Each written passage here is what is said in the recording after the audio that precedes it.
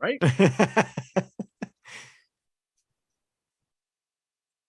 And I see a YouTube. I see on Twitch. So it looks like we're good. Good. Cool. I don't see the session number moving. What the heck is going on there? Reboot. Okay, there it is. Okay. All right, here we go. You guys ready? Ready. 3, 2. Welcome to Nintendo Dads, episode 398, recorded on October 27th, 2022. On tonight's episode, we talk about NSO plus the expansion pack updates. Nintendo has bugs. Uncle Phil wants COD on the Switch, not fish. Apple takes over Nintendo. Jesse, you know what to do.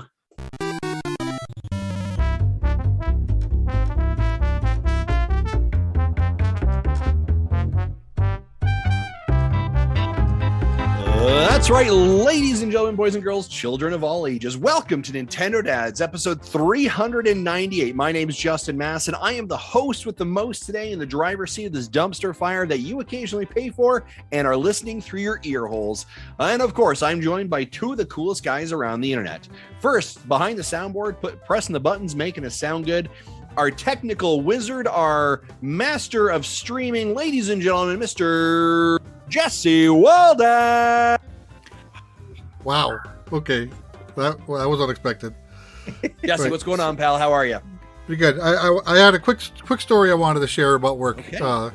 So for the last 3 weeks, our network team, our Unix team has been saying, hey, the servers are using too much memory. Fix it. I'm like, no. Our applications use exactly as much memory as it needs. Something else is running to pop it over. And so we're trying to figure out nothing. We haven't figured anything out with that yet. A different problem is, at 8 o'clock every night, we have some weird system problems where it drops a connection with another system. And we're trying to figure out why. We talked about the memory problem earlier this morning, and they said, oh yeah, it always happens around 8 o'clock. And we're like, well, where have we heard that before? So it turns out both issues have the same root cause. And the problem was found, I was on a call literally 2 hours before we started recording to verify the fix that was done. And everything's happy now. So we are glad this is done before systems freeze, so we don't have to deal with it at that point. So two birds, one stone, literally. Yeah, good. Well, speaking of guy whose system never freezes and he's always finding our problems around here, ladies and gentlemen, your 2021 Nintendo Dads prediction champion, Mr. Timothy Off. Wow, I actually forgot that I won that this year. So yeah. Really, you're the defending champion. I am the defending champion. So yeah, wearing a lot of Detroit merch today, by the way. I didn't realize we were sponsored by the Detroit Lions. Yep, and well, this is actually Detroit Tigers. I realized it after I said it. I was like, That's okay. Either way is wishful thinking. Sure. Yeah. That's I've been living on that all my life. So wishful thinking. Love it. How are you, Tim? I'm doing great. I am happy to be here as usual, and always enjoy talking to you guys about video games. Because, like I said, the last episode or the future episode, whatever you want to talk about it gets my mind off of the craziness that happens throughout the week. So yeah. That's a great plug for what's going on. For folks that are like, hey, I know that Nintendo Dads episode 400 is happening next week and they're doing it live in New York. But ladies and gentlemen, I'm one of those people who actually am counting, and this is episode 398. So you're missing 399. So you can't be episode 400 next week. What are you doing? Ladies and gentlemen, let me bring you behind the Wizard of Oz curtain here. Let me tell you how the sausage is made. Because ladies and gentlemen, next week, Tuesday, November 1st, mark your calendar because you're getting a bonus episode 399 of the Nintendo Dads where Joshua Taylor, who is a Discord community moderator, admin. There it is. I was like, the word I'm missing, admin. for Mario and Rabbids Sparks of Hope. He sat down with us for the last hour and talked about his passion, that game, what his experience was like when he went over in July to see David O'Sully and to get hands-on with it, and how he kind of found his way into this game and the support and the experiences it has provided. Such a great interview with him and such a great guy. Make sure you check out Nintendo Nostalgia, where you can see him as well. Now, of course, before we jump in the show, I would be remiss if I did not say, ladies and gentlemen, 1 week from today, November 4th, episode 400 of the wait, is it November 4th or November 3rd? November 3rd. There it is. November 3rd. Episode 400 of the Nintendo Dads, ladies and gentlemen. After 8 years, we are all coming together for the very first time to celebrate episode 400. And it is going to be absolutely incredible. We are going to be live. Jesse, Tim, myself, and Mr. Marty Estes in the exact same room, where we can high five each other and touch hands and share drinks and just be awesome together. We are going to do it live in New York at our Airbnb. We're excited. We hope you tune in for it. It's going to be unlike any other episode. If I say his name enough, like Beetlejuice a couple times, ladies and gentlemen, Mr. Marty Estes joining the call. He will join us, right? He has done that. He has came in, but we are excited for 1 week. The show is going to be a little bit different. Will there be Nintendo news? Of course, there's going to be Nintendo news. We're going to talk about it for sure. But there's going to be presentations. There's going to be talking about our experience of the flight. There's going to be firsthand impressions of weird food we're tasting. There is a ton of stuff. It's not weird food. Don't disparage beaver nuggets like that. I didn't say it was beaver nuggets. You made the assumption, right? Maybe we're going to taste New York pizza and have our impressions. It's going to be a pretty incredible show. We would love for you to be there if you can. Tune in. And then, of course, the next day, Friday, downtown New York, Nintendo New York store from 10 to 12. We are doing a fan meet and greet. If you are able to be there, we would love for you to be there. So, man, we've got so much exciting content coming up. We are excited for it. We're excited to join you as well. Marty, I see you. What's going on? Hey, I'm just here for just a second. I'm sitting in my car outside my house, because if I go inside my house, I won't have good cellular connection anymore. That's how I'm coming to you live. It's not like I'm not in a spooky place. This is just my car. Okay. All right. Sure. Seems kind of spooky. It is kind of spooky. Well, this is the only light that I have. And the only thing I've been provided to drink is this sparkling water that is supposedly cherry limeade flavor, but I'm thinking it's one of those things that's been it's this can of water has sat in a room with a cherry and a lime at some point. And so it's supposed to have this flavor. Nice. I just wanted to pop in and say, hey, I miss you guys. Just got done watching a musical that one of my students was in. So that's why I'm not been able to be on the show tonight. But I know you guys are going to have a great time. I'm looking forward to seeing y'all next week in New York, New York. 1 week, ladies. It is like, it's crazy to think that at this time next week we're going to be in New York, and then 3 days later, or 2 days later, right? Yeah, we're going to be raising money for Extra Life. And I don't know if you guys have already mentioned that yet, but all four of us. It's a great segue. Children's Miracle Hospitals that we're playing for. And so as we appear on your screen on the Nintendo Dads channel, beginning at 10 Eastern on Saturday and going until 10 Eastern on Sunday, every time one of us is kind of in the driver's seat, the graphic will change, the overlay will change.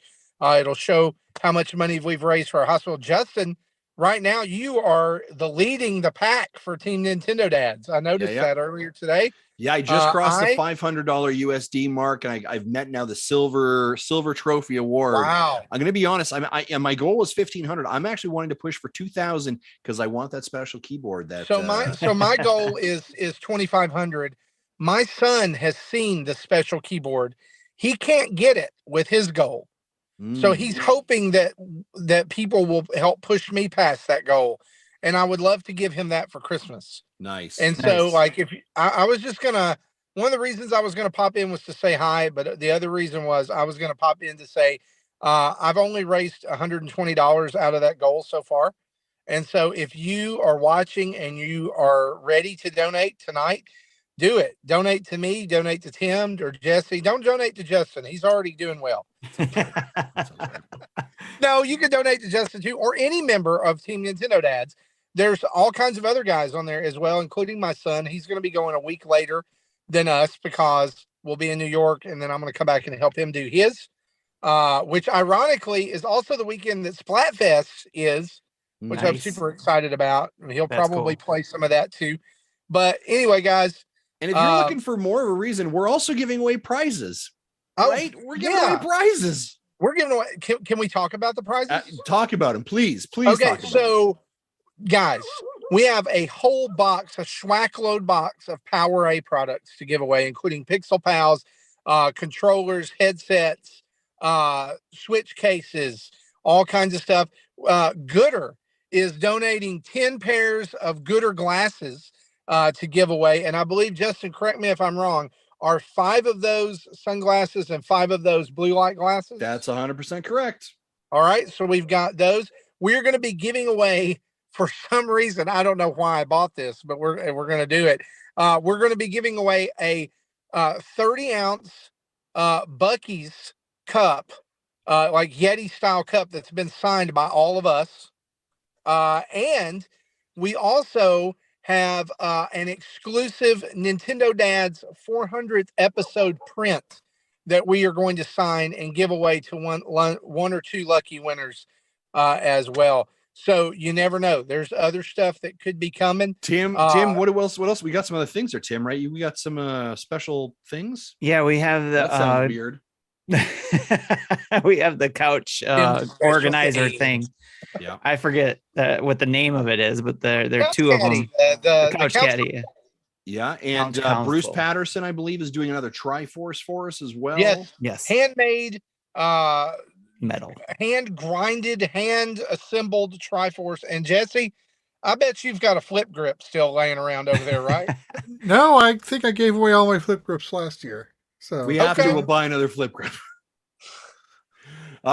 Here's the other part of it. Now listen, if you're like, I don't do it for the kids, I don't do it for the prizes, then please let me urge you to do it for the Nintendo Dad's pride, because I see Sean Capri and Carpool Gaming and Save the Media and some other group I can't remember their name on. They're running their mouth. They're like, we're going to beat the Nintendo Dads. There are 3 podcasts versus 1, and they're setting a goal for 5,000, and we're setting a goal for 5,000. And y'all, so, ladies and gentlemen, like, come on, we have taken down the Mega Dads. We are taking down these little yahoos. Also, they've already got several thousand already raised. And so, Nintendo Dads Familia.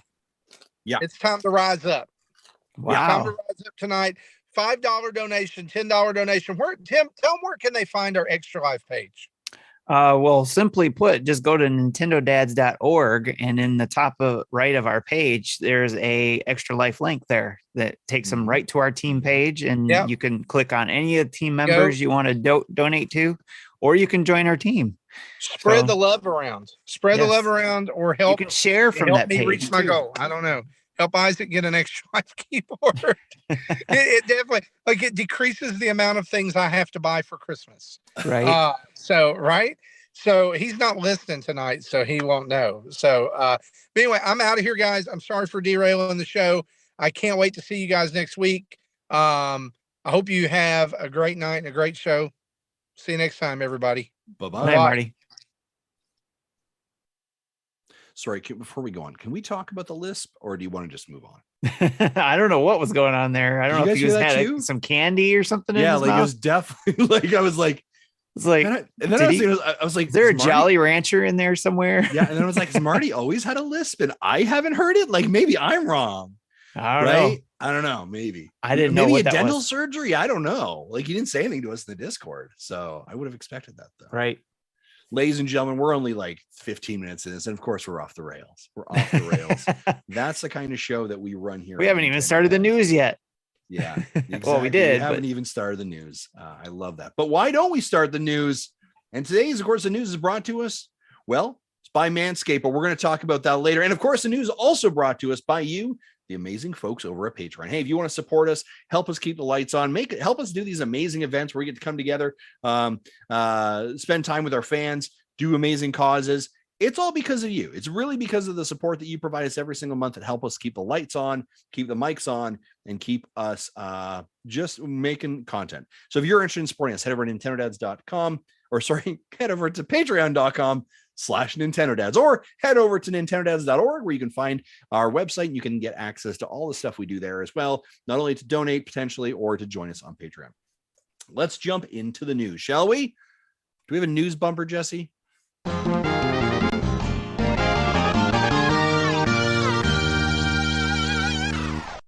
Last week, if you didn't follow along, folks, Jesse Waldack broke some news about some NSO kind of resubscription. The time is up. Let me tell you about the amazing things that you now get. Well, the NSO and Expansion Pack for North America and Europe has now been announced. At that time, Japan had been announced. And Jesse, can you give us a friendly reminder? Maybe they didn't listen to the back episode. Maybe they didn't listen to the last 397 episodes that we've done.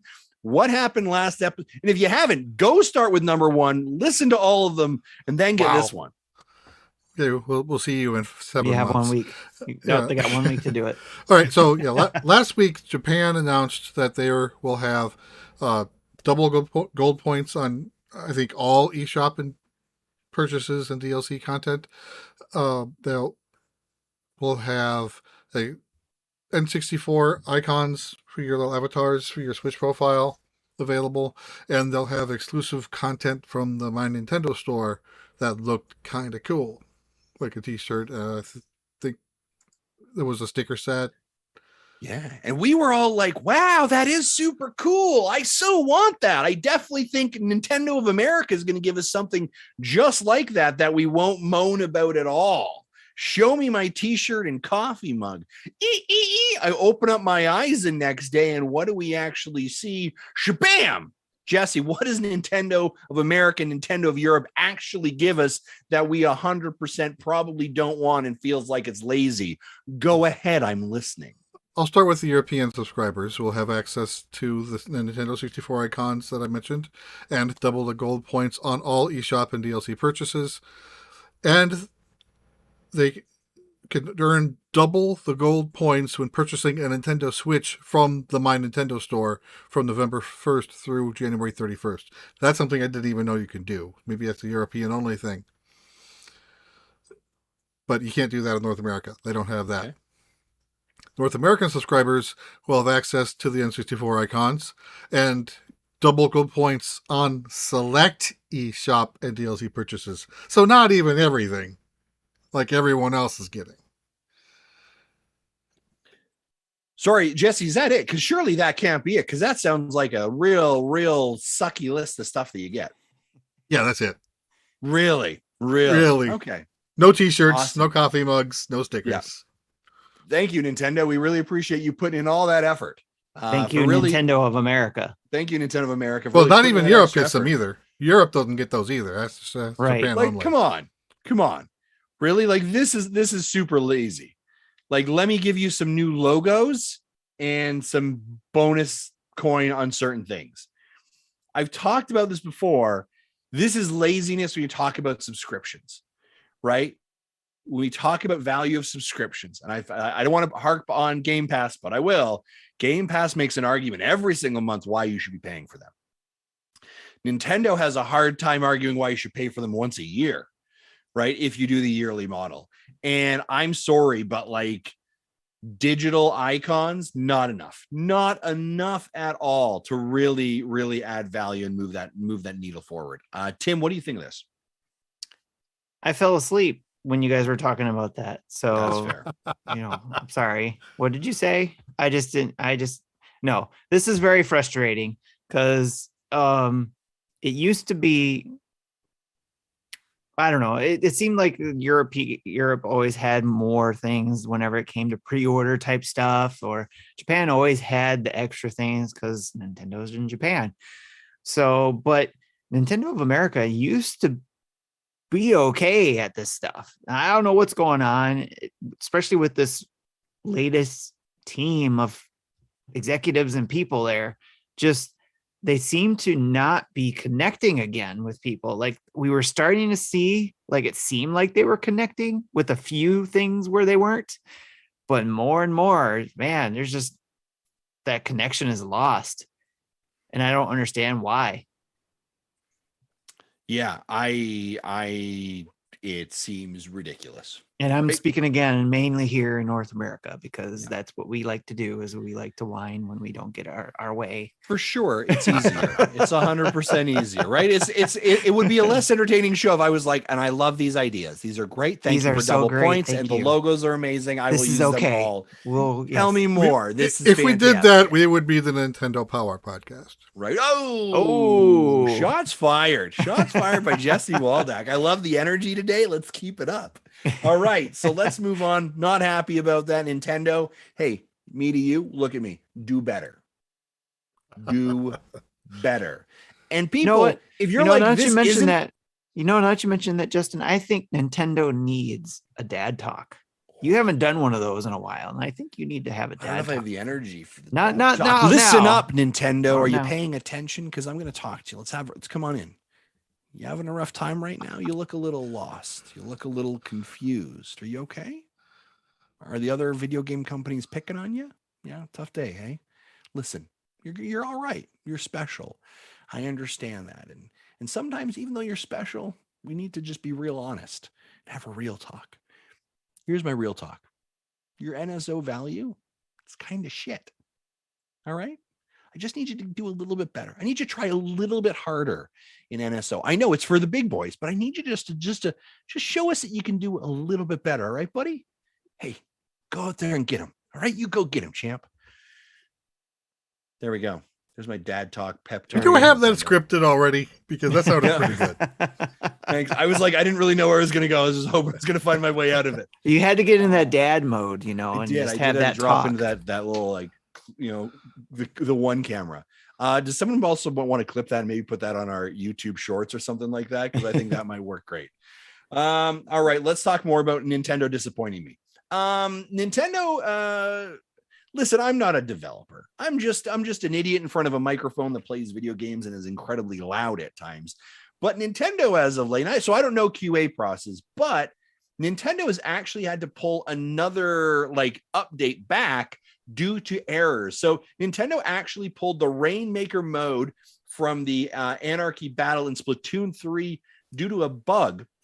The issue was discovered after the Heath 1.20 update was launched. And between Switch Sports and this, that gold seal of approval that we've talked about from Nintendo is kind of getting a little tarnished. And if you remember for Nintendo Switch Sports, they had to actually roll back an update as well and actually took it completely offline. It just kind of feels like Nintendo's QA team kind of missing a little bit here. This is very rare for updates to literally be pulled back.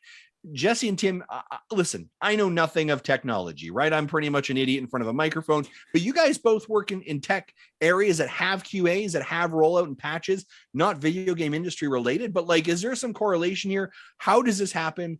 And is this or should we be concerned about Nintendo in this, or is this just just happens to be bad coincidence? I think it's the latter. I think it's just a bad coincidence. This is just a matter of their QA department can only do so many tests. Let's say they have 50 people, they might be able to run maybe 1,000, 1,500, 2,000 tests. They push it live. You got 5 million testers out there doing even more different scenarios. So the players are going to find things that the QA missed. There's just no way the QA can get everything. Well, the other thing too, I think, is that both of these games, I don't remember the names of their teams, but isn't it still some outside of Nintendo, like second party, or maybe it's still? I think most of the QA are contractor work, yeah. Well, I mean, not just QA, but I mean these games in particular, like Nintendo Switch Sports. Wasn't that Bandai or something like that, or help work with them on this? Well, that I don't know. And then Splatoon 3 is made by a different team. That's not necessarily. I don't know. I get confused when it but comes to still, which Nintendo published both of development them. teams. Ultimately, they're responsible for the QA. Yes. So, but and the other factor that could be thrown in there, I don't know if any of these teams go back to the office now, or if they're working back in the office full time, or if they're getting used to being back in the office, or if there's like hybrids and all that kind of stuff. You know, I hate bringing it up all the time, but I still have to mention COVID has impacted everything. And even with where I work, there's still, the talk in the world here in North America, just talking about, who's doing hybrid, who's going back to the office, who's not going back to the office, and all that kind of stuff. And if you are going back to the office, how many times a week are you going? And then when Nintendo has talked about the difficulty of getting everybody working from home in development. And that's why I think we had a little bit of a drought there from Nintendo games. And some people will say we still are. But yeah, I think there's a lot of things that are still impacting us from COVID and the shutdown and the work from home aspect for a lot of companies. And I think that's why we're seeing these things. Is it tarnishing their gold seal? I think it has a little bit, because we've been used to seeing Nintendo send out pretty close to polished games where there might be some slight things here and there, but there's nothing breaking where they have to totally take something out or pull something out. At least from my memory, it's always just been like, oh, you can break through this mountain because the polygon's missing or something, so we have to patch that in or something like that, And even they're testing the net code internally is still different than testing it against real people on the internet. So again, it adds more variables that you just can't replicate in a QA environment. Right. And from my experience because I'm a UAT tester where I work, I can't do exactly the same things our actual clients do with our software and hardware. So a lot of times we've been doing, like, I'll test everything that I can, and then we'll have pilot people that will do it a little bit more. But then, like Jesse said, once you start getting it into more hands, people find creative ways to use your stuff. They'll find breaks. So great. Well, hopefully Nintendo will kind of get their stuff together. Hey, wait, we don't like rolling stuff back, and it's a weird look for Nintendo. I'll say that, right? It's not something that we typically, see them do, and so that's something we'd expect from Bethesda. Yeah, that really is, right? It does kind of feel that way, and I think for a big game like Splatoon 3, which we know still has a very engaged player base, right? That's kind of a game that you don't really want to be having these kind of mistakes in as well. So hopefully that will get resolved as well. Speaking of games that have high player bases, or at least potentially might have some more, Phil Spencer, while speaking to an interview for Wall Street Journal, said Call of Duty specifically will be available on PlayStation. Of course, this is the conversation that Phil was talking about how PlayStation and Call of Duty will interact going forward as Microsoft continues their purchasing, and the deal kind of gets sealed with the Activision Blizzard agreement. I believe that's scheduled to close here on June of 2023. Sony has continued to be fighting that as well, saying how unfair it would be for PlayStation and COD specifically. Phil says this: I'd love to see it on the Switch, it being Call of Duty. I'd love to see the game playable on many different screens. Our intent is to treat Call of Duty like Minecraft. So the question here being, would you gentlemen play Call of Duty on the Switch if it had no issues and a single player campaign, as well as a good multiplayer experience? Gentlemen, are you interested in playing COD on the Nintendo Switch? And what do we think of Phil's statements as well? Tim, let's go to you. I like the statement that he said that the intent was to treat it like Minecraft, because we've seen how Minecraft is done. And I think, in my opinion, it's done well. And they've kept it available for all. They didn't have it locked down. Essentially, it's open to pretty much anything. And that, to me, says that COD would be available just the same. And so I would play it, especially if it had the good single player campaign. I would play it because I suck at the multiplayer side. There you go. Perfect.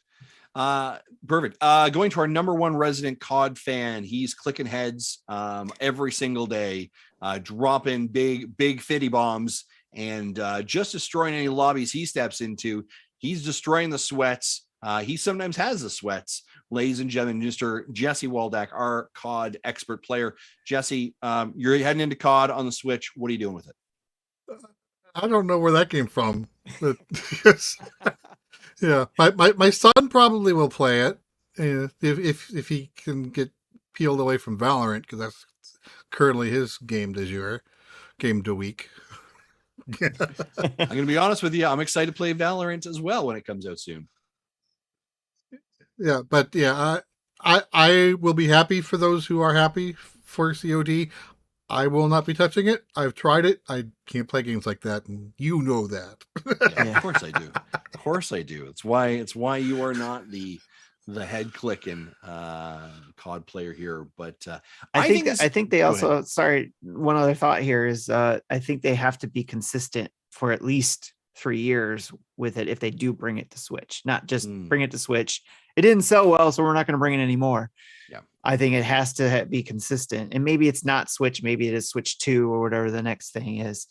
But I think it has to be consistent for at least 3 years to see if it builds up a following on the Switch, because everybody's used to it being elsewhere and will play it in those places they've already are used to. Yeah, and I think not in the notes here, but I heard some numbers based on Europe sales on Persona 5. Switch sales compared to other platforms. It's new to Xbox, but it's also on Game Pass. It's been out on PS4, but new to PS5. So there's some reasons why they wouldn't sell well in those consoles. But the Switch has sold like 75% of that market share. Oh wow! So which is still pretty pretty impressive, even with Game Pass and PSN stuff going on. Yeah, I think I think this is the business statement of Phil Spencer, right? Which is the biggest IP that generates the most money is Call of Duty. Like we know this, right? Like you can check the figures, right? I remember like last year, Tim, you were like, if it wasn't, Sony wouldn't be doing what they're doing. Oh yeah. So it's a cash cow, and if you're going to play it somewhere, you're going to play it on a PlayStation, right? So this is the conversation when we talk about the Activision Blizzard component here, and this is the part that people have to understand for Sony and how big Call of Duty is. Like this is a big deal. Like this is a massive deal that your number one game that is third party is being put behind somebody else's fence that you can't control anymore, who is a rival. Like this is a really, really big deal. And I remember, Tim, last year you talked about sales numbers in regards to Call of Duty. And it was like, remember, Call of Duty only comes out in October, November. And it was like the number one and number two games, right? The amount of sales Call of Duty makes is absolutely critical. So I think Phil's comment here, and this is not to say like expect next week in the eShop COD to be on your, to be accessible. But what Phil's saying here is very simple, which is the business part of business, which is Nintendo has the largest install base. Yes, we want it on those consoles. Yes, because we want it in more players' hands. Yes, because it generates more money, right? It's a very simple mathematics around it. And so, he's making a statement that they're not planning on keeping it an Xbox exclusive. Correct. Yeah. For the boards or whatever they're talking about. Yeah, that's exactly it, right? So I think it's a very smart decision, very smart commentary. Now, whether COD plays well on a Switch and blah blah blah, all of this, but I think this is Phil understanding and recognizing the impact and power that the Nintendo Switch console has, and they've seen success in that space with Minecraft. So why would you not try and ideally treat COD like you do Minecraft and get it in more people's hands? It's a very simple premise, right? So if COD showed up and it was a workable, a good workable first player online campaign, yeah, of course I jump in. Of course I'd play, right? Absolutely, I'd have a good time with that. Whether I'd stick with it, I don't know. I don't think COD is my type of battle royale first-person shooter. I'm more of an Overwatch or Apex or Fortnite person. But I think it says something when Phil's statement here about it coming to the Switch. And it's also a possibility too that because of the limitations the Switch has when it comes to multiplayer stuff like that, not saying like Battle Royale is good on it, but COD maybe not so much. I wouldn't surprise me if they said single player campaign only is coming to the Switch. Yep. You know, because we've seen that with like even recently No Man's Sky, where it's just the single player campaign with maybe the multiplayer coming later. Yeah. So yeah, exactly. Great. So definitely be a separate download. Yeah, we'll see where that goes. I would encourage you, though, to head over to Wall Street Journal and check out the interview they did or the conversation they had with Phil Spencer. He also gives a lot more insight and information regarding Game Pass, potential price hikes in the video game industry as overall. I'm sure our folks over at Game Pass News have covered that as well. So you can check out that on our family podcast. Also would give that article a read. Speaking of other huge companies making some really weird things happening, maybe, I don't know. Apple now supports Nintendo NSO controllers. So your Mac, iPhone, iPad, and Apple TV devices now support Nintendo Switch online controllers. And of course, we're talking about either the NES, the Super NES, or the N64 controllers. I'm going to assume that also the Genesis ones, I would assume, obviously. I would assume too, but I haven't tested it. Haven't tested, but safe assumption. Jesse, what is like? This is interesting, right? Like, is it that they support Nintendo stuff specifically, or just like Nintendo controllers now use the same Bluetooth that is just normally used when supporting controllers? Yeah, so... I think they're just adding more controller support. Just okay, like the only thing missing now is Stadia. Stadia. Oh, Stadia. Yeah. So people are wondering, does that mean N64 games will be on Apple TV? No, nope. It does not. Sure doesn't, folks. As you said 5 minutes ago, Nintendo Switch has the biggest install base. There are more controllers out there, not doing anything other than playing Nintendo games. So Apple says, "Hey, use them for here." Yeah, that's exactly it. Why don't you use a controller you already have at home to play our games on Apple Arcade? So it removes a barrier of entry that you think you need a special Apple controller. Nope, whatever you have works, except for I still haven't tried it yet. I tried SteamWorld. No, Shovel Knight Dig, that one. Yes. On the iPad, didn't like it. The game or the well, it has two different control styles. I didn't like either control style. I want to try it with a controller. I just haven't had a chance to do it yet. So I can pair a controller to my iPad, or I can pair it to the Apple TV and play it. I just haven't had a chance to try it out yet. Cool. Awesome. Tim, Apple TV is not compatible with Amico. Well, that, ladies and gentlemen, really ends the show, doesn't it? Like, if it didn't, why are we even bothering? Why are we even having this conversation? I don't care if it ain't. Ninfrendo asked the question, I answered it. Ninfrendo asking the hard-hitting questions. You know what I'm saying? That's why we have the chat. That's why you should be on YouTube or Twitch, to keep us honest, to ask these kind of questions, because we're going to engage with that, right? Ninfrendo, you earned yourself a big thumbs up from me. So fantastic work. Fantastic stuff. I love it. Tim, are you excited to not be playing Nintendo games on your Apple devices? I think I have a hot take for you guys here. Oh, does he have any Apple devices to not play Nintendo games on? Jesse, you got a hot take button. Somewhere in here. Find it. Hot take! As much as I like, especially like the SNES controller, and would love to have one, I haven't bought one. And even though I tried to buy an N64 one, I can't. Every time it gets posted, I can't get it because it gets sold out. Even though, barring those things, ultimately, I feel like why do I need to have those? Yes, I understand to play the NSO games. Yes, to feel, the games as if they were to play them the same way you played them when they were there before. The point of the Switch to me is not to carry a bunch of peripherals with me. It's to play. I play mostly in handheld. I want to play with my Joy-Cons. So I don't want those controllers. I want to play NSO games with my Joy-Cons.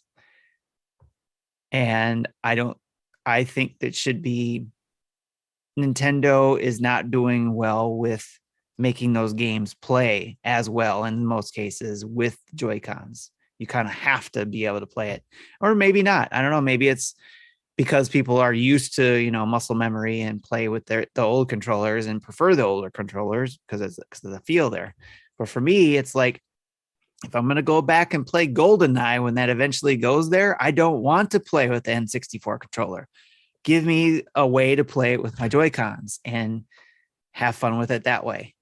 But I do like options. I do like when companies give options to people so that if you do want to play with the N64 controller, by all means, go buy one and play it that way. But for me, I like playing my Switch in handheld mode. I don't want a bunch of 5 different controllers just to play different NSO games. There we go. That's my hot take. Yeah. The hottest of the hot takes. Chris HL says, I'm psyched to connect my Switch controllers to my Apple devices to do nothing. That's exactly it. 100%.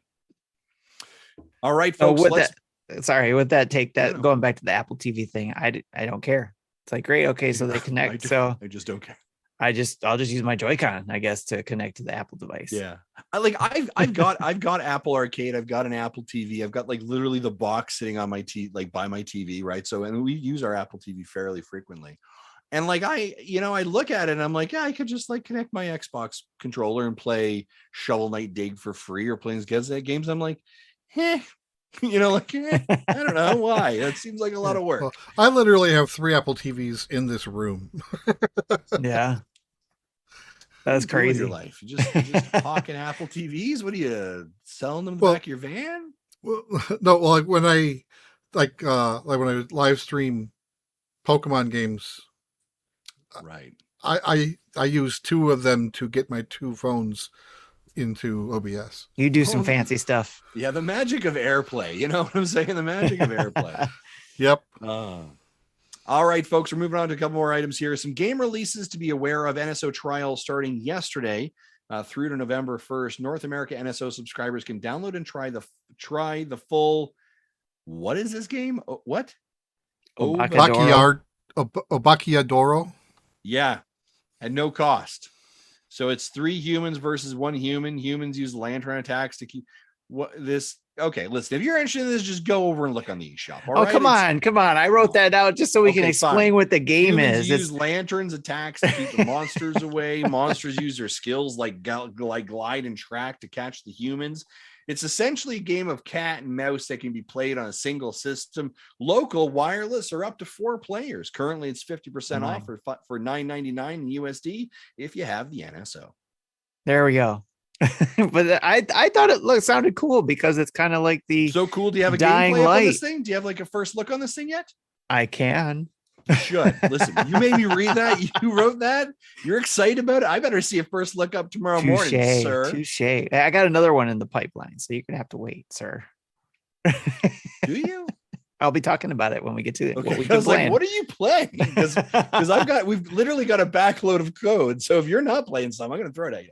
All right, let's digress. One last thing before we jump in. By the time you listen to this, or maybe you listen to it now live, Bayonetta 3 comes out on the Nintendo Switch right now, and early reviews are coming in pretty well on Bayonetta 3. Quick score, quick rundown. This is as of the 25th. Eurogamer gives it a recommended. The Independent gives it a 4.5 out of 5. The Gamer gives it 4 out of 5. GameSpot 9.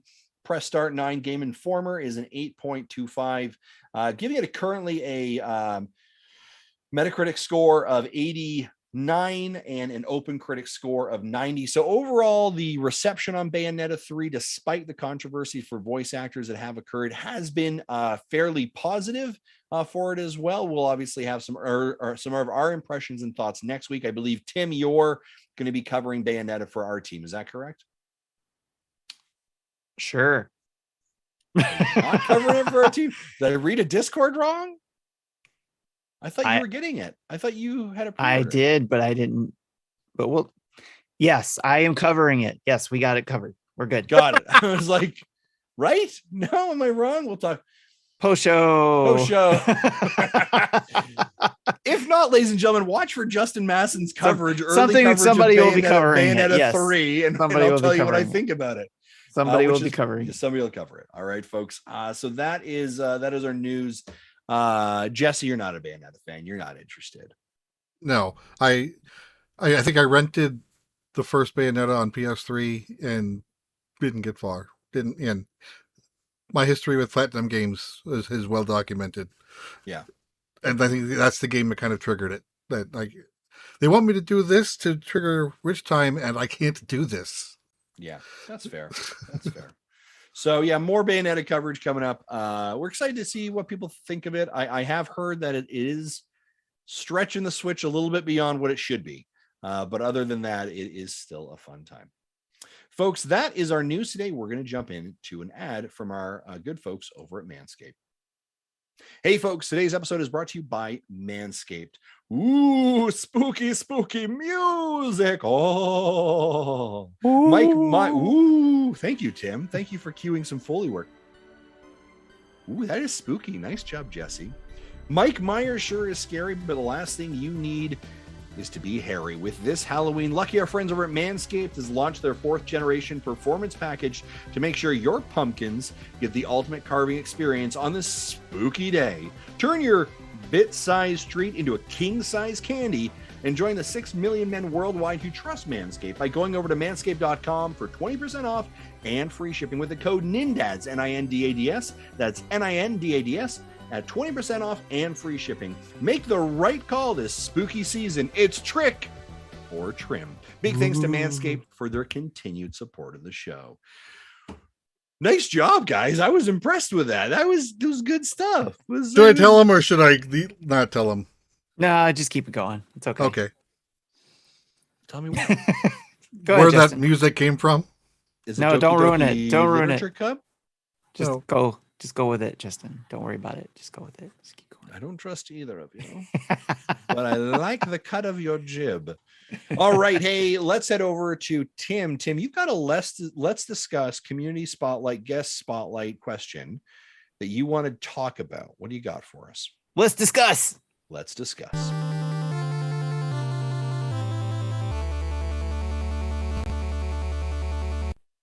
So, in light of Halloween coming up, what is the spookiest moment you had in a game? Something that made you jump? And do you have a scary game recommendation for Halloween besides Luigi's Mansion? Sure. I do have one. So maybe I think it's well documented. I do not like horror movies. I do not like scary games. Those are not things that I enjoy. So I do not actively play horror games. And if you want, just watch when I played Resident Evil Village on stream for like the cloud version thing. Like, no, this isn't for me. But I will tell you, a long time ago, picture it, it's 1996. A young Justin Masson, just starting to sport an early mustache and has himself a PlayStation, has decided to play Resident Evil 2 because I'm a teenager and I play adult games that are crazy. And I don't play Mario. I play adult games that are hard hitting and scary. And Were you wearing your brown pants at the time? Resident Evil, they were brown afterwards. Resident Evil 2. If you've played it, have you guys played Resident Evil 2 before? I have never played a Resident Evil game. There is a very iconic scene where you've made your way into the police stations very early on. Ladies and gentlemen, chat, can you guess what's going on here? You're walking down a hallway and all of a sudden the dogs burst through the window. And I'm pretty sure I threw my controller across the floor and said, "Hell's no." And that was pretty much the end of it. I was like, we're not doing this. We're not. No, that's it. I think that was the scariest moment I've had for it as well. The other scariest moment was the time that I thought my daughter had actually saved over my Breath of the Wild file that I had put 85 hours into. Yeah. That was also very I remember scary, that. Right but there. also a great parenting moment where that I did not lose my absolute mind. Thank God for 15 autosaves. And the Mhm, last mhm. one was still good. Yeah, Nice. yeah. There you go. That's mine. Jesse, what you got? Anything? Yeah, again, just like him, I do not play spooky horror games. But the one time that with a jump scare got me good was Arkham Knight on the PS4. There was a scene where I was, Batman, just kind of swinging along the rooftops, trying to get to the top of a building. And just as I get to it, I'm holding on to the top, lift myself up, and then Man-Bat shows up out of nowhere. Like, his face is right there. I'm like, get away from me, Kurt. Go away. Nice. Yeah, that caught me off guard. Mine was at a younger age, and it was Doom. Being a first-person shooter, I think probably one of the first ones I experienced first person. So I was really immersed into the game playing it. And then sometimes when you turn a corner in that game, there would be the demon there and the noises it would make, especially when you got headphones on or the speakers are loud enough or whatever. And you just turn that corner, it goes, or whatever. It's not really jumping at you, but it's just like you just turn in the corner and it's right there and you got to start shooting the crap out of it. Mm-hmm. I've jumped so many times, or it made my hair stand up the back of my neck, just from those things. So, but definitely super cool experience playing Doom back in the 90s, late 90s. I'm sorry to interrupt you, Jesse. In our Twitch chat, are you able to time out someone? I see an individual named I see a troublemaker. Capper I. I think I don't like that attitude. I don't like that chat coming in here. Mr. Sean Capri comes in here and asks who's going to raise more money to save kids at Extra Life Nintendo Dads or not Nintendo Dads. Pretty bold, kind of just walking into somebody else's house and is like, hey guys, I'm king, right? Like, come on, really? Capri, you're lucky that in a week from now you and I aren't throwing hands, all right? Because that's what's going to happen. You keep up with that attitude. He also came in here and we have to do a posture check and we have to stretch. I'm not having any of this. I'm not having Sean. He gave us points. I don't care. No, I'm not having him come into my show and start telling me what to do. That is not how this works. Time that man out or kick him out. One of the two things is going to have to happen. All right. Your word ban. I just ban him in total. All right. Let's just do that. Right. Can I perma-ban someone from my Twitch chat? Let's do that. If we can, I want a mod that can. Gotta use your points for that. Oh, gotta use points. Oh my freaking. Gotta use your points to ban. All right. Well, speaking of horror and speaking of scary movies and scary games, are there any games that maybe you guys would recommend playing on the Switch in honor of Halloween? There's one game I have in mind, but I don't know if it's on the Switch. Let me look it up. I think Doki Doki Literature Club would be a great example, right? That's a scary game. Yeah. So, isn't it? Yeah. It's psychological horror. Yeah. It's but big warning. If you're underage, don't play it. If you are sensitive to certain things that you are warned about early on, don't play it. But I feel like that's a game I have to have that preface each time. I would say either of the Castlevania collections would be good. Ooh, that's a good one. That would be a lot of fun. Yeah, that's a great one. The game I was thinking of isn't on the Switch, but I'm sure it's on other systems. Is a Costume Quest, kind of like a RPG themed around Halloween costumes, where like the costumes actually give you the powers of that costume. Okay. I played the original one. Again, I think it was like PS3, but I didn't get far in it. But I did like what I saw. Which game did you say? Costume Quest. Oh, okay. I think it's a Game Pass game. Okay. All right. Interesting. Any games for you, Tim, that you'd think of? Like if people were like, hey, looking for something kind of spooky or kind of in the Halloween theme. Yeah. Anything else? Well, the game I'm gonna be talking about on Let's Play is one. For sure. Okay. So it's a newer one. Right. Okay. Yeah. Oh, I haven't played it yet, but I have a code for a game for its Buddy Simulator 1984. I think that one looks like it might be that type of game as well. I'll find out. I'm gonna plan on doing a stream of that this weekend. Okay. Oh, right. Isn't Dead by Daylight on the Switch? Dead by Daylight's on the Switch. Yeah. That one would be a good one to for sure. Okay. I've got a couple to think about. If you're like, I need a Halloween game to play. Of course,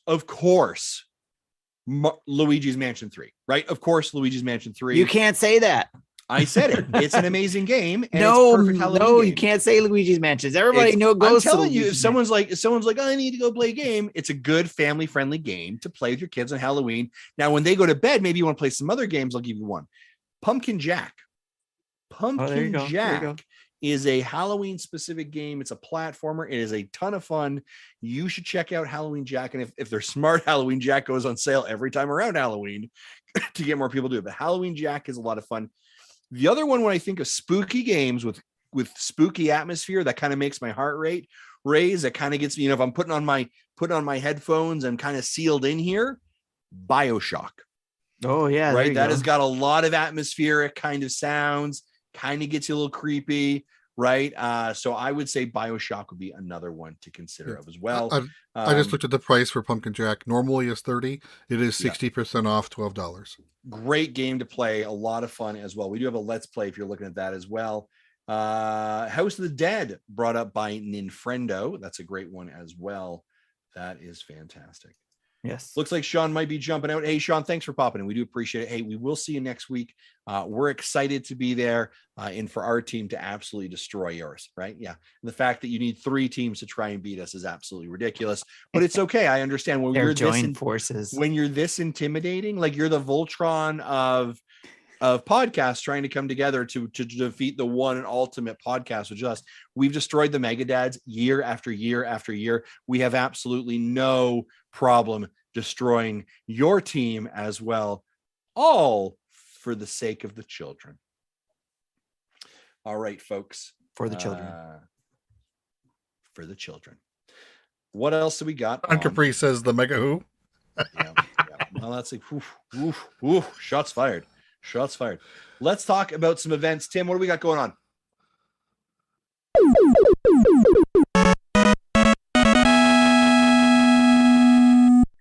A real quick reminder that the Splatfest coming up, the Splatoon crossover with Pokemon. Which type would you choose? Actually, Justin, which one did you choose, if any yet? Grass type, fire type, or water type? Or will you choose? I haven't chosen any yet because I don't really care about the Pokemon. But if I was to choose one, I would choose fire type. Excellent. The Splatfest will take place from Friday, November 11th at 4 p.m. to Sunday, November 13th at 4 p.m. Pacific time. We also have our Discord community events coming up. That is our table, which is the table. We now have a breakfast table and a dinner table. The breakfast table will be starting for the first time this month. First one will be Wednesday, November 9th at 9 a.m. Eastern time. That's the second Wednesday of every month for the breakfast table. Hopefully we can keep that consistent, but stay tuned in the table channel if anything changes or if people find a better time or whatever, because it's up to the community. The dinner table happens always third Friday of the month, and that happens this Friday, or not this Friday, but in this month, Friday, November 18th at 10 p.m. Eastern time as well. Both of those were basically where the community comes together. We talk about whatever's going on in video games, movies, TV, toys, music, whatever we want to talk about, whatever comes up, Choco Tacos, whatever. So did you say Choco Tacos? Choco Tacos, yes. If you participated in previous tables, you would have known us. We have an explanation of why Choco Tacos are going away. It's because of a rift in the multiverse. Anyways, to join the table, you want to join, you have to be a Patreon or a Twitch subscriber. Join our Discord call on either of those days and times to join in the fun. Also, we have, of course, we talked about it, Extra Life Game Day, November 5th. You can go to our webpage, nintendodads.org. Like we said, go to the upper right-hand corner. You can click on the Extra Life link and donate to anybody on our team or join our team. We're always looking for people to join, and you don't have to play the same day. You don't have to be in New York. You can play on a day that makes sense to you. We have all the way to the end of the year for those donations to count this year.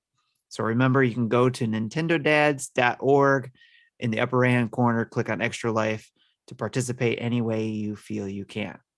You can also go to bit.ly/extralifedads to also get to that information. Thanks to John of Dads After Dark for giving us that link. And that's our events. Now on to Justin's favorite part, Jesse's PokéMinutes. Pika, pika, Pikachu. I hate you all. So instead of Pokemon Go, I have Pokemon Scarlet and Pokemon Violet news. New information about Scarlet and Violet has been released by several outlets who are able to play the game for an hour to get a taste of what's to come. Here are some of the changes made for these games versus previous games. Trainer battles are no longer triggered when you enter the line of sight of another trainer. Instead, they'll have some sort of indicator showing that they are prepared to battle, and you have to approach them to engage. More items and Pokemon are out in the world than trailers have been leading on, with wide areas with nothing to be found. Catching Pokemon by throwing a supply of Pokeballs like in Legends Arceus isn't in this game, but you can sneak up on a wild Pokemon from behind, throw out the first Pokemon you want to battle with, and if it connects with a backstrike, you'll get a benefit in battle. Additional wild Pokemon will come to you during battles to spectate and react to what they're seeing. Pokemon and the trainer will have various reactions to weather changes. An example given was the trainer was trying to hide his head in a reaction to rain, where the Farigiraf, that one, was playing in it, enjoying the weather. I hate that name. Justin, did you hear that? He hates a Pokemon name. Sorry, zoned out there, guys. Sorry, just kind of blacked out. All things considered, I just stopped listening. Well, speaking of names, Pokemon nicknames can be given at any time versus only at the time of capture or finding a name-changing NPC. And access to PC storage can be done at any time versus only in Pokemon centers and other specific locations. And in a separate video, the Pokemon Company revealed that a new Pokemon will be in Pokemon Scarlet and Pokemon Violet. Greavard, the ghost Pokemon. At first, it looks like a lit wick or any other candle on the ground, but the candle is on top of Greavard's head. He buries himself in the ground to stay hidden, only showing the candle. Aha. That's So a picture that's been going around. Yeah. Actually, I saw art on Twitter like that afternoon that they announced it, where they drew it like Muttley from like Snidely Whiplash and type of cartoons with the candle on a head, and they didn't have to change much. Right, I saw that, and it was actually quite confusing. So yeah, I showed it to my son, who then looked at the real Greavard, and he says these look very similar. Right. Yeah, that's what some of the pictures I was mentioning is like, where is this coming from? And I know we had people posting different pictures too in Discord. So, but definitely cool stuff. Thanks, Jesse. Now Welcome. Let's go on to what we've been playing.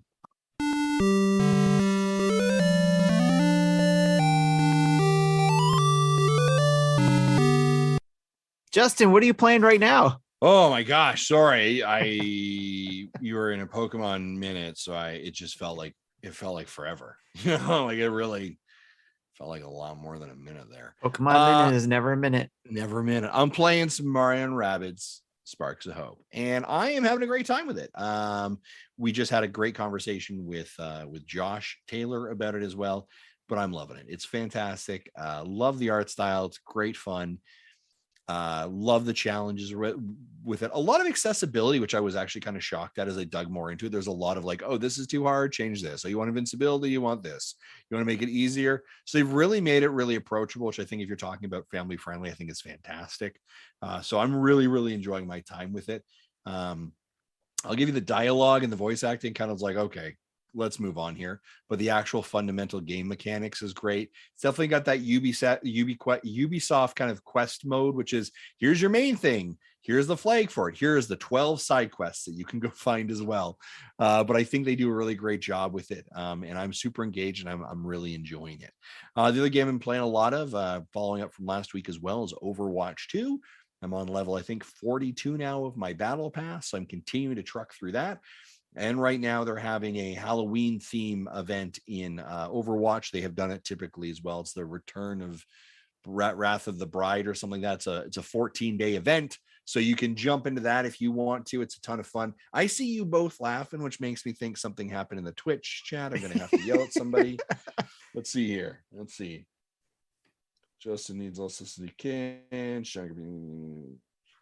Yeah. Okay. So how are we actually kicking him out? Are you not doing this anymore? Or what are we doing here? Right? Are we mods? You not understand how this works? I thought he said he was going already, so I don't know. Yeah. It's yeah.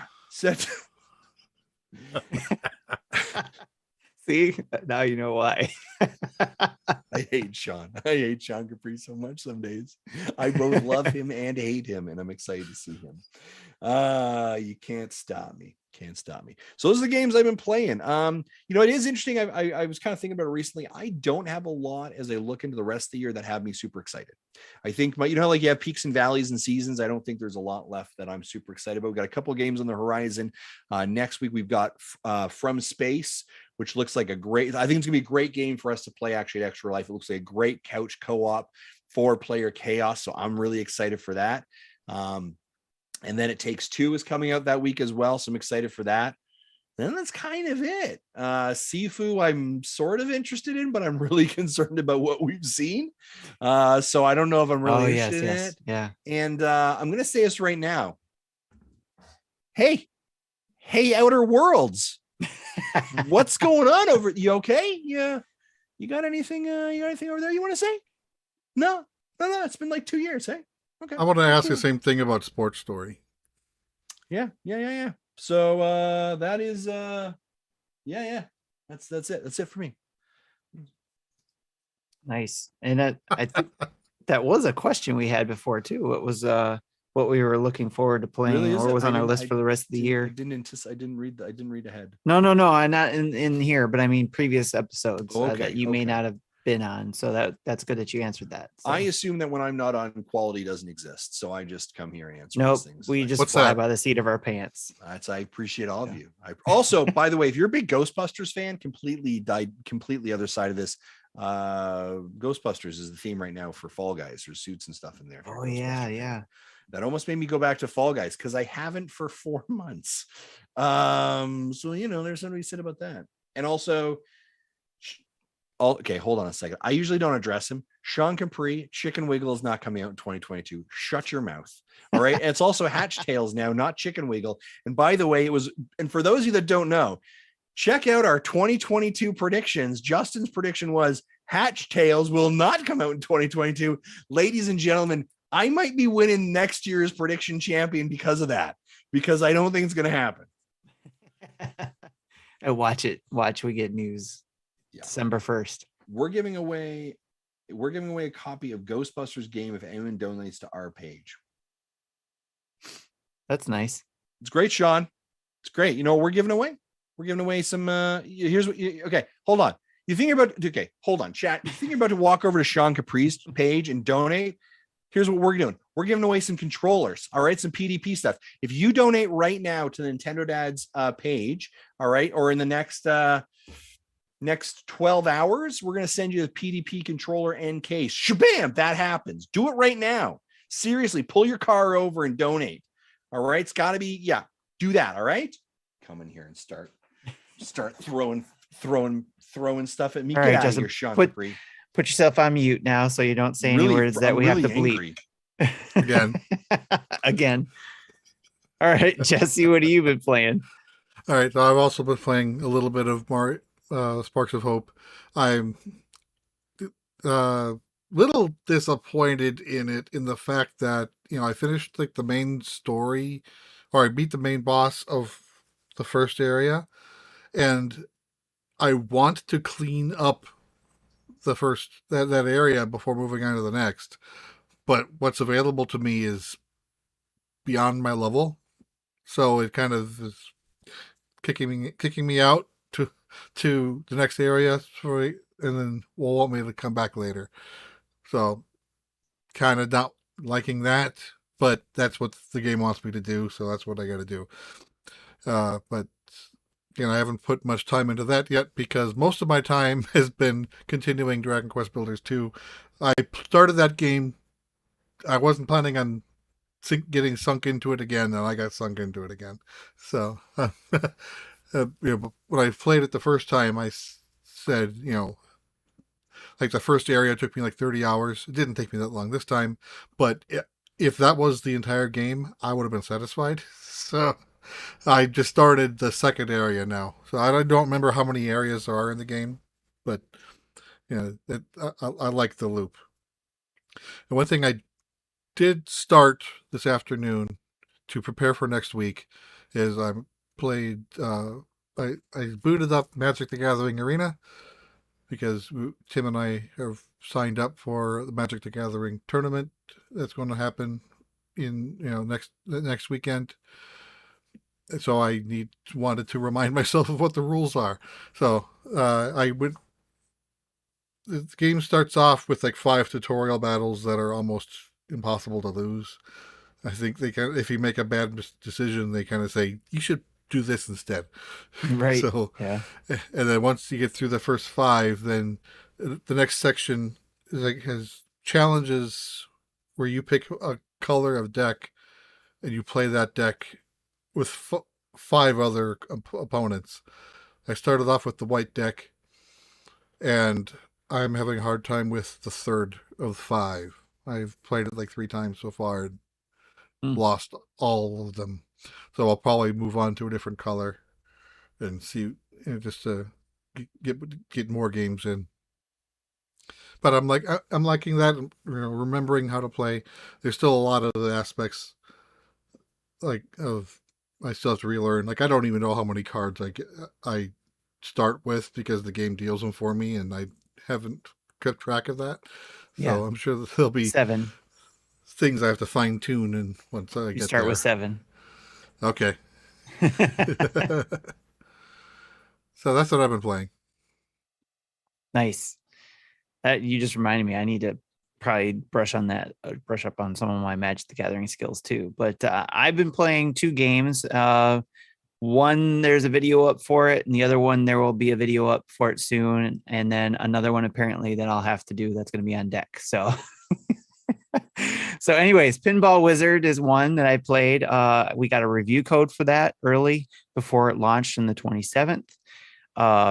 And that is basically, and I think I talked about it, it was on deck last show, and I played it after that over the weekend. And basically, you are a wizard in the shape of a pinball that you have to get to the top of a castle tower to right the wrongs that have been done at the top of the castle. I'm trying not to give away too much, although I do talk about it more in the video.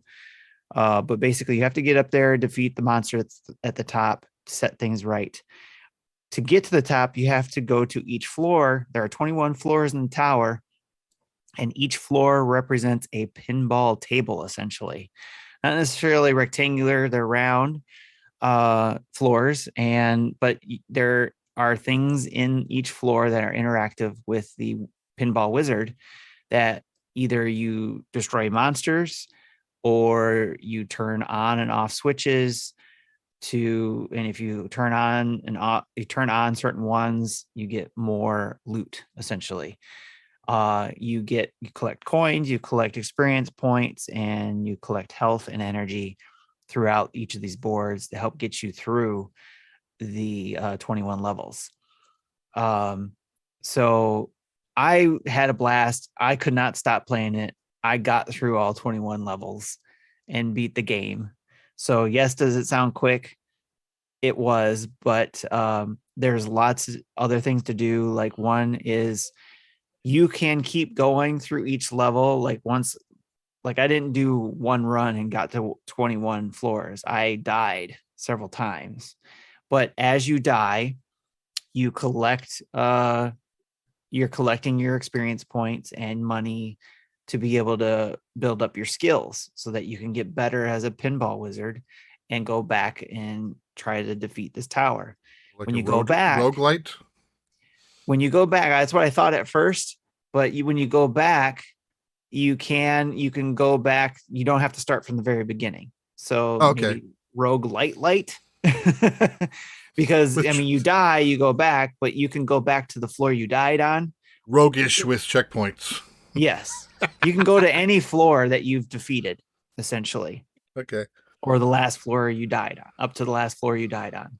So you can there's one floor I kept dying on, floor 10, that I just kept attacking and trying to get through. And eventually I got through it. And then when I got when I beat the game 21 levels, my goal now is to see if I can complete all 21 levels without dying. Do I get anything from the game? I don't know. I haven't gotten that far yet. I don't know if there's not necessarily achievements, but you unlock new skills. Like when I beat the game, I got a specific skill for beating the game that you can use, when you keep playing. So replay value, there's one aspect. There are daily dungeons that you can also beat to get high scores for. And there are also 2 other dungeons as well that you can beat and get high scores for. You can get high scores for each dungeon, and you get a high score for the total amount of points you got for beating the dungeons combined. So as it stands right now, the game just came out. I'm still number 2 on the overall list, and one, I think dungeon number 2 as well. But I'm sure somebody will beat me and I'll drop down that list pretty quickly because the game just came out. But I also picked this game up when I was purchasing Persona and Jackbox this afternoon. So that's another game that, nice. The fact that you said it's a relatively short game, it kind of makes it. Yeah, it's short and it's nice. That might be an airplane game for me after all. So it's nice and quick, and you can bounce in and out of it and all that kind of stuff. So it's a lot of fun. I enjoyed my time with it. I think it's worth the $7 or $8 US shop. It's normal price is $8. It's currently 10% off. Of that. Excellent. So again, I do have a video out that dropped today on that, so go check that out. If you want to know more information on it or want to see some of the screens. Also, I started today a game called Dire Vengeance. It was said that it was a Metroidvania game, but I haven't noticed any of the going back to get weapon stuff. I think it's more of a Castlevania game. I was thinking more, it looked like Castleroids, as the Mega Dads like to say, game. Yeah. This would have been the most Castleroids game that actually would use that name if there ever was one. But again, I haven't noticed any backtracking yet. It's all been pretty linear so far in the couple boards I've been playing. I haven't done a video yet on it because I wanted to get used to the controls and get to playing it and stuff like that. But I plan on doing a first look at that hopefully within the next couple days. As well as on deck, I have Bayonetta 3 on deck, ready to play. And hopefully we'll be doing a video of that as well. So lots of stuff to do. I'm looking forward to it. So, and as we talked about before, one of my playing games is going to be Age of Calamity possibly, but who knows, that might change within a week's time. So we'll see, especially if I get into Bayonetta 3 and decide I want to keep playing that. But that's what I've been playing. Let's move on to the community spotlight.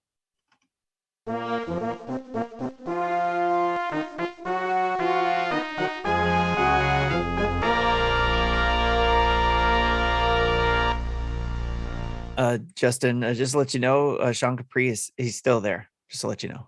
So anyways, community spotlight, along with Sean Capri in our community. Thanks for stopping by. All of you who came in there to chat with us, including Hambo and Johnny, this guy named Mason or Masson, I don't know, Ebicel, Mecha Dragon. Let's see, I'm going through some of those names. Bushin, Family Gaming Cat was there earlier. Yes, they were in there chatting it up in there.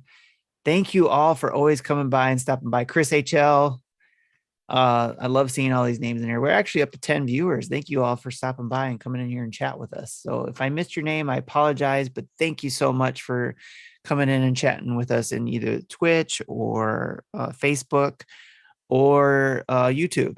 Any of those places to chat with us is awesome. Again, we're in the community spotlight, so let's put a spotlight on the Nintendo Dads family of podcasts, which includes Game Pass News. So if you're into the Xbox side of things as well as the Nintendo, go check out the Game Pass News crew, Nick and Sean, where they go over their shenanigans during the week and Xbox news and Game Pass releases, especially for the Game Pass releases, because there's usually quite a bit there. They help break down what to look out for, what to play, what not to play. And they also look for recommendations for you guys too, So I would say they're the very best Xbox related podcasts that you can find on the internet. I don't think there's anyone better.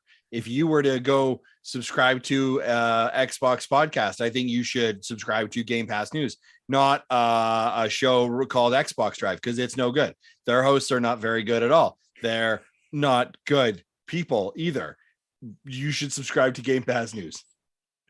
And with that, go check out Dad's After Dark show as well, where that show is best listened to after the kids go to bed and the wife is distracted. Because John and Drew get together and talk about video games, dad stuff we can't talk about here because we're a family-friendly show, even though Justin tries to every now and then. Their show drops every other Monday night with an occasional episode in between. So go check out Dad's After Dark show. We also have the Retro Logic show, which they have their very own family of podcasts. Not only do they have the Retro Logic show where Dan, John, and Sam cover all retro gaming and retro gaming collecting topics, they have On Topic Retro, where John does an in-depth overview and discussion about specific games. And every now and then we'll have a guest on to talk about it with him. There's also Retro Groove, where Adam and Liam discuss music from all generations and types.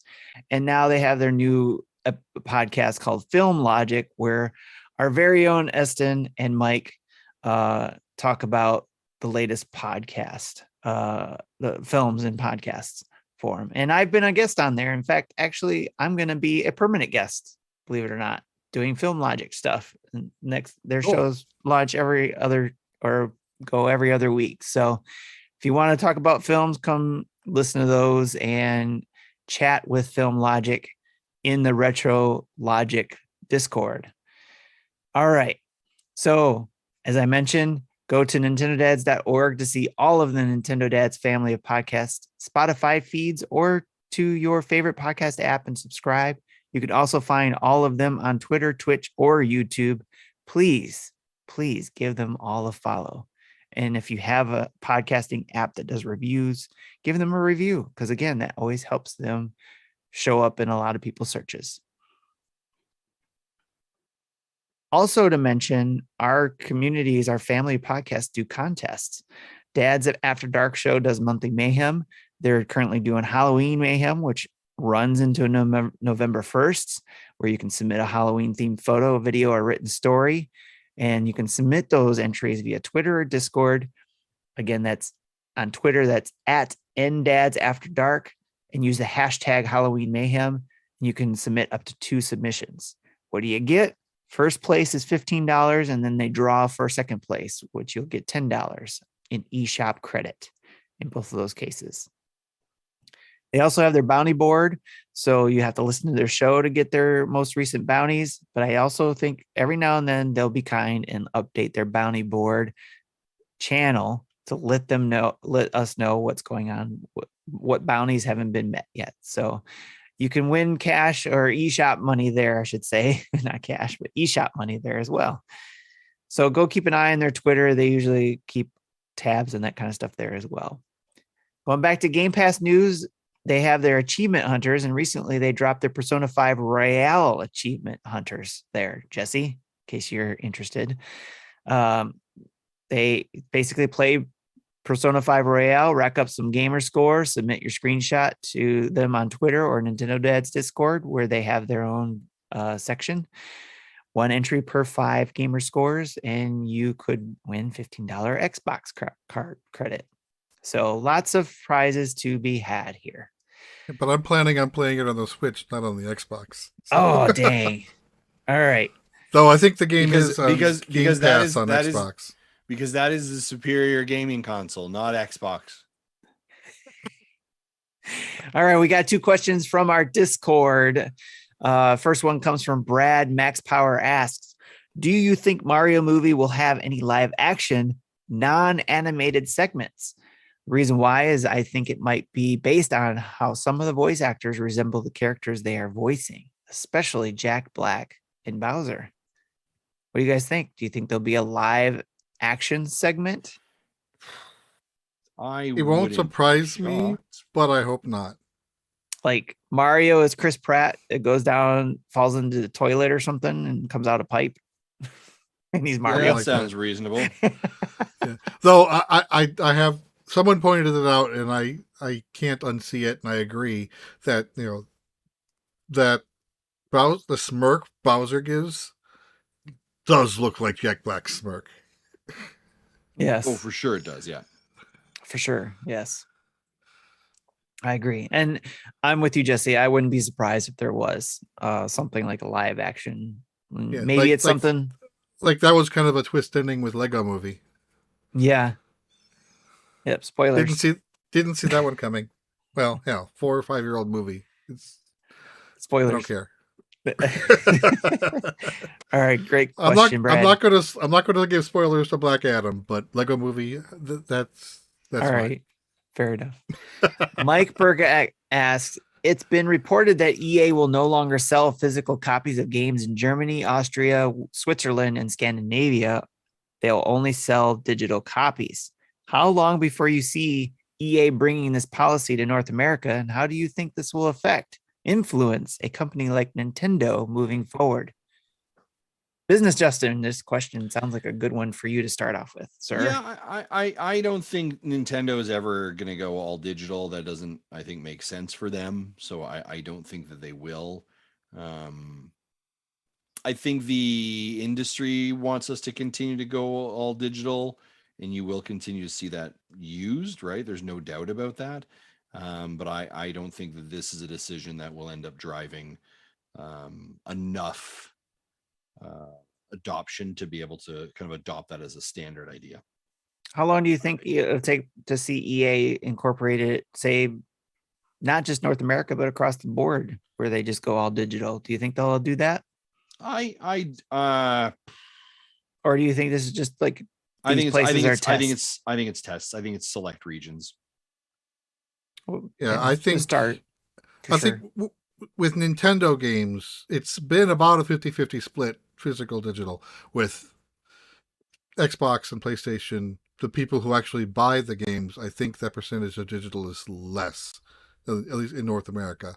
So I think, as long as more people are buying physical than digital, it's smart for the publisher to put out discs and physical media. It might, the percentage, I don't know what the percentages were in Europe, but it might have already skewed more digital, so then it just makes sense to drop it. It'd be interesting to see if it's all of EA's properties or if we're just talking EA Sports, because to me, EA Sports would make sense totally digital, because you can't get crap for those games once they're a year old or older. Right. To try GameStop will give you a quarter. Right. If you're lucky. Literally. Right. If you're lucky. If you're even lucky. Sometimes I've been in the store where they say, oh, we can't take any more of those. We have too many copies. So if it's a sports game, to me, that makes sense. Why, maybe have a limited run of special editions, maybe, and then if somebody wants a hard copy of it. But digital copies, I think probably make sense. Yeah, I mean, I understand why people want to push digital. And of course, as a person, you'd be like, well, Justin, didn't you really like Stadia? Yes, I did. Get over yourself. All right. But like, there will always be a physical market. There has to be, right? There's collectors, there's all kinds of those pieces that just make sense. So I wonder if they're just not seeing the value or the sales in that region enough to justify why they would bring it forward or to continue producing there. So it may actually just be the this regional just thing doesn't make sense to us. Yeah. And that's a business decision, right? Or also if they're feeling like they make better money in their EA play, where it's like, okay, you can play all these sports games in the package and then automatically get them updated or whatever, because the new one comes out, you're paying EA play, then you have access to the new one. Yeah, the margins may be very thin, right? So I was curious. I picked a game at random. I said FIFA 21. Went to the GameStop website and find out what they would give for a trade-in. It's actually more than I thought. $5. $2. Ooh, $2. Okay, inflation. Inflation. All right, those were the 2 written ones. We have 2 voicemails left. We do. One isn't a question; it's just a statement. But I wanted to play it anyway. Nintendo Dads, what's up? This is Ben.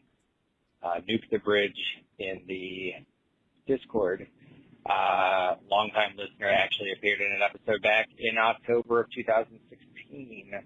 I just wanted to drop you guys a note and say thanks for everything that you do. When I appeared in an episode in October of 2016, I was going through one of the most difficult periods of time in my life, and the podcast got me through a lot. It also introduced me to Phoenix Moore, who is a member of the community and became one of my best friends in real life and otherwise. So it was just a thank you message to say I appreciate what you guys do. I've been listening for years and years and years now. Really enjoyed appearing on the podcast, and just wanted to say thanks. Guys, take care. That is awesome. I can't tell you how much it's good to hear that kind of stuff. That's so cool. Yeah. People say to us, they're like, Justin, why do you sit on a Discord call and get verbally abused by people in Twitch? Right? Why do you do that to yourself? No, and just I person say in because Twitch. our community is so much more important, and our show is bigger than one toxic person in our Twitch chat. That's why, because of events like this. So thank you for sharing that with us, Ben. That is genuinely incredible. And it's funny, the impact. You never know what someone's going through, right? And how our community is maybe impacted, and the connections you can make. And you got to go to Phoenix and have a relationship there, and that's awesome. Like, that is super cool. Yeah, people are like what's the value in a podcast, or where do you see it there? That's it. Yes. Right. Like, that's why do you do it? That's the thing. Why this is our corner of the internet that we've carved out. Right. And people get to connect on this thing, and because that a community is formed and people are connected in real life, and that is that is something like that we never thought of. Well, hearing this again, it just reminds me that sometimes we take it for granted, but whenever looking at Discord, seeing everybody in there just communicating, having a good time and chatting in all the different areas and stuff like that, it's just all these people connected because they listen to the Nintendo Dads is super cool and super awesome. So yeah, thank you very much for that, Ben. That is actually really so freaking awesome. All right, who's the unknown? Yeah, I don't know who this person who sent this one. He never identified himself. All right. Hey guys, good morning. I am calling because, first of all, I wanted to say happy Halloween to you guys. I'm excited for Halloween. It's probably my favorite holiday. And just wanted to ask you 2 different questions since we're in the spooky season. My first question is, if you had the choice, which character from any video game franchise would you be willing to dress up as to go trick-or-treating as an adult? So, most adults don't go trick-or-treating, but if you had an awesome costume like I do, I'm planning on trick-or-treating. Of course, with my kids, so I'm not a total weirdo.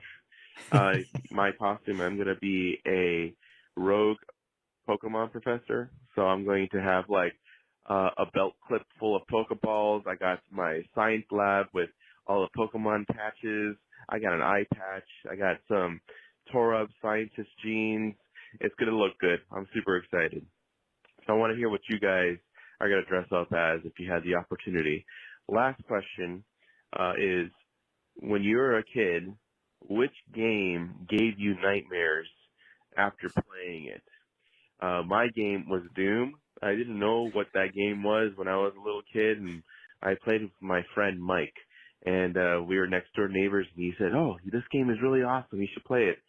Man, I tell you, after playing that game, I had nightmares for probably a few days. I woke up in the middle of the night and didn't want to tell my parents that I played a game with devils and monsters in it. So, anyways, I hope you guys have a great day, and happy Halloween. That voice sounds familiar, and I wish I could place it out. Christian. I was gonna say, is it Christian? Pretty sure. All right. So awesome. Yeah, because that's why I was saying disclaimer. I'm not used to the here. It sounds familiar. It sounds like it could be Christian, but I could be totally wrong. Right. But yet you were totally right. Yes. So all right. What do you guys think? If you could be any costume for a Nintendo character, which character would you be? Which costume would you wear? Sean says you would be Rosalina, Justin. Well, I'm actually dressing up this week as Laura Croft. Just that's not a Nintendo character though. No, but just really short shorts, and see what happens in my life. Yeah. I'm hoping. Speaking of which, I was going to tell Christian he needs to post pictures, but Justin, you also need to post pictures. I think all of our sponsorships might get removed at that point. No, because if you're wearing short shorts, then Manscaped's probably. There you go. That's a great point. Oh my gosh, I didn't think of that. That's a great point. Video game. That's a great. Okay, Jesse, you go ahead first. All right, I would probably first. I'll answer this question, then I'll say the last thing I did dress up as when my kids were little. Probably like a Tingle. Okay. I think yes. I think I could pull that off. Yep. And but the last time I remember dressing up with my kids were probably like 6 or 7, so this was a while ago. I did like a dark duelist, like Yu-Gi-Oh. So I found this cloak thing that fit over my head. I bought one of those toy dual discs that is designed for a 7-year-old, so I had to reinforce the straps so I can get it around my wrist or my arm.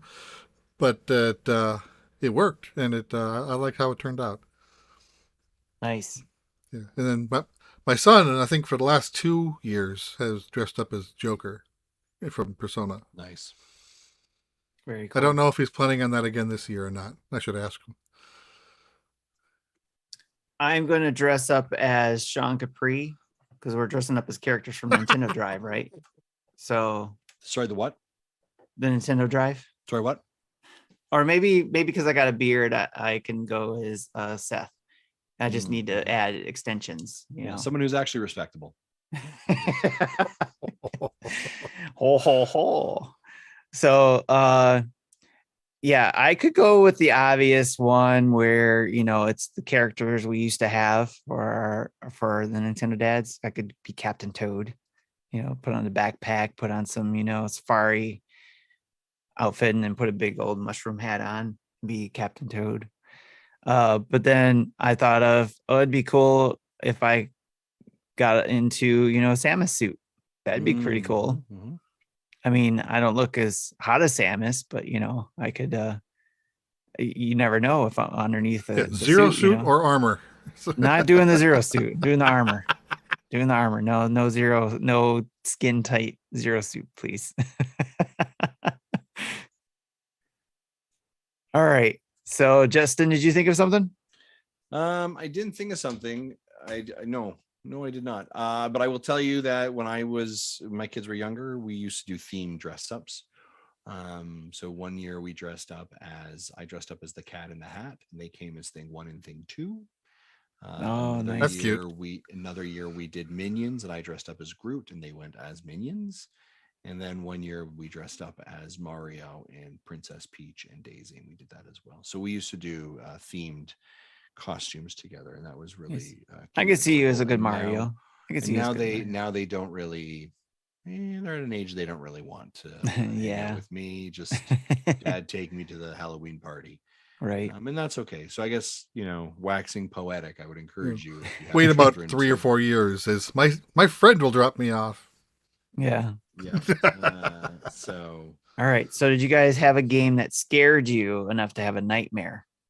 did I not About tell it. you about my time with Resident Evil? Like, Did is you that have a not enough nightmare for about you? it? Oh, Did you yeah, have a nightmare gosh. about it? Yeah. You actually wake you up Yeah. in the night. Oh yeah, for sure.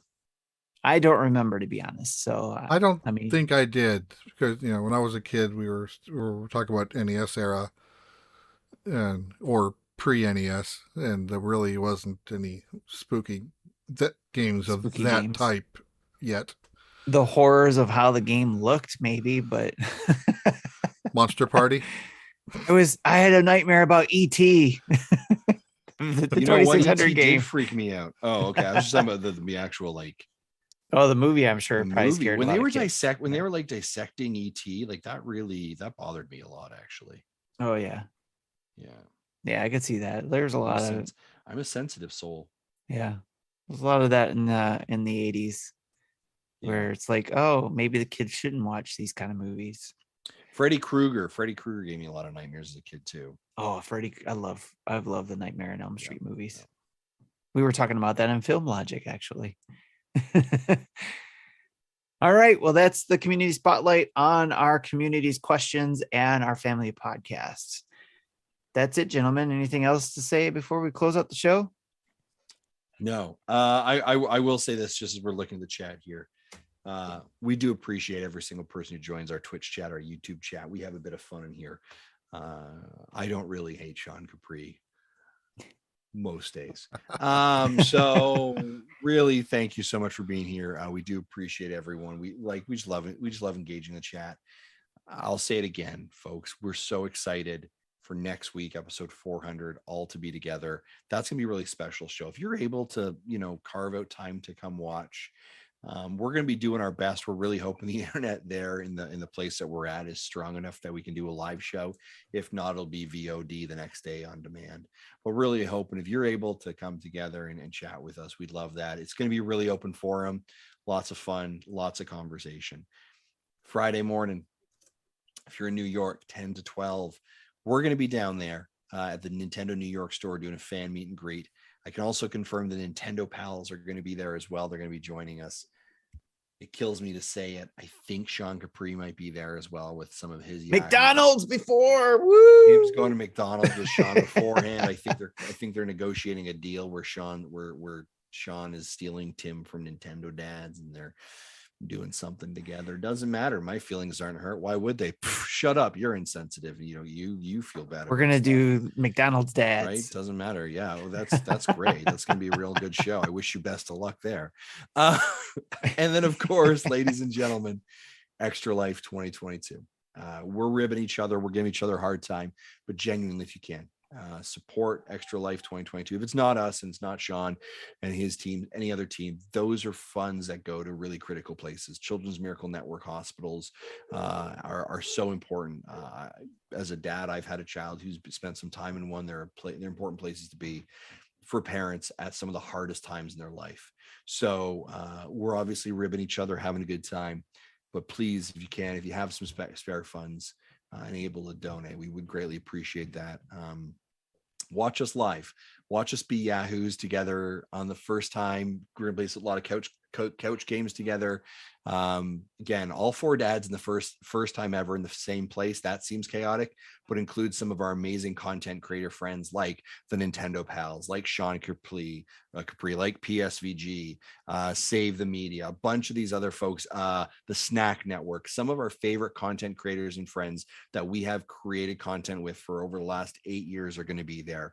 It is going to be an absolute madness of a weekend. You don't know what's going to happen. Please, if you can, tune in, join us, support, watch, all of that. We're so happy. We're so excited. This is an amazing opportunity. Thanks to Phoenix Overdrive for supporting us and allowing us to be there. And again, if you're a listener of this, thank you for your support to allow Maybe us we to can do talk this. Sean into doing this bit that I want to do. Yeah, maybe. But if you watch, listen, support, thank you. Genuinely. This has been 8 years, 400 episodes, and this is because of you and your support. And so we are so thankful. We talked about community earlier. We talked about you never know what happens in this corner of the internet, but we're so thankful for you. That's what I have to say. And then Sean Capri says, what do you want to do, Jesse? I typed it in the chat. The Pocky One Chip Challenge. Yep. Go ahead. The only way I will we have free do healthcare that, in Canada, Sean. It's fine. The only way I would do that again is if I broke the $2,000 mark, and I didn't even set that as a goal. He said absolutely not. Yes. I 100% agree, Sean. Absolutely not. That was horrible. And I don't understand how Jesse's got like a probably metal stomach and esophagus and all that stuff. So yeah, this will be my third year doing this. You're crazy. Why? You're crazy. All right. Who wants to close it out? Let's flip for it. Anyways, I'll close it out. I'm just gonna say you do it. All right. Thank you to all our subscribers, whether you're on YouTube or Twitch or following us on any other area. Thank you for following us there. Just remember that if you are a Twitch subscriber, you can get into our Discord community. Please reach out to me if you're having a hard time getting into there and you want to join in our Discord, especially for joining in on some of these activities that we do there. Don't forget also, you get 20% off your Manscaped order with free shipping with code NINDADS, NINDADS. You can also use that same code at Gooder Glasses as well. Don't forget about them. Check out our merch store via nintendodads.org/merch, where you can get our episode 400 celebration shirt. Limited. I'll say it's limited because who knows when they'll take it down. Anyways, huge thanks to our Patreon producers, Dave Ernsberger, Solo Something, and RJ Kern. Thank you so much. And thank you to all our Patreons. Check out our website, nintendodads.org, to see our latest YouTube videos, tweets, podcast episodes, links to all our social medias and our Patreon page. You can also get a link. You get to our link for Extra Life at the upper right-hand corner of that page and join our team or donate to anybody on our team to help us reach our goal of blowing the doors off the Carpool Gaming group and anybody else who's trying to beat us. So anyways, and the Nintendo Dads shop for Nintendo Dads merch. You can go to nintendodads.org. You can find us in most places like Patreon, Twitter, Facebook, Instagram, Twitch, and YouTube by typing Nintendo Dads. You can email us at nintendodads@gmail.com. Call in and leave a voicemail at 929-25-NDADS or 929-256-3237. Big thanks to OC Remix for the music throughout the show. Download from your favorite podcast app of choice. And if you do listen to us on your podcast apps and they have reviews, please don't forget to give us a review. 5 stars for us. Anything less can go to Carpool Gaming. Thank you for stopping by.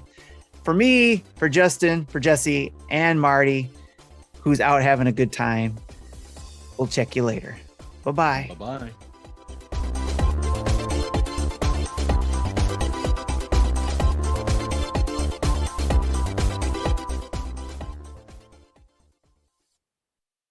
Thank you for listening to Nintendo Dads. Wobble Puffet, Wobble Buffet.